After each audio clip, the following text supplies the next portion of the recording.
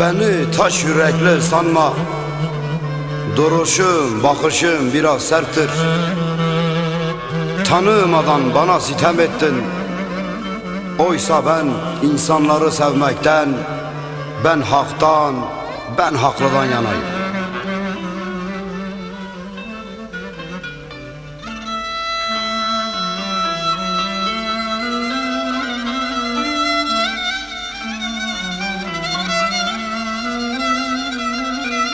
Duygusuz sanıp beni kınama, ben sonsuz bir sevdayım.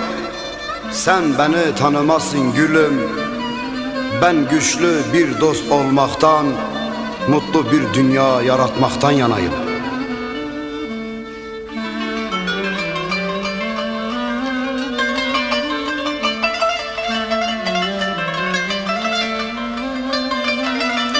Üstüme varıp beni yargılama.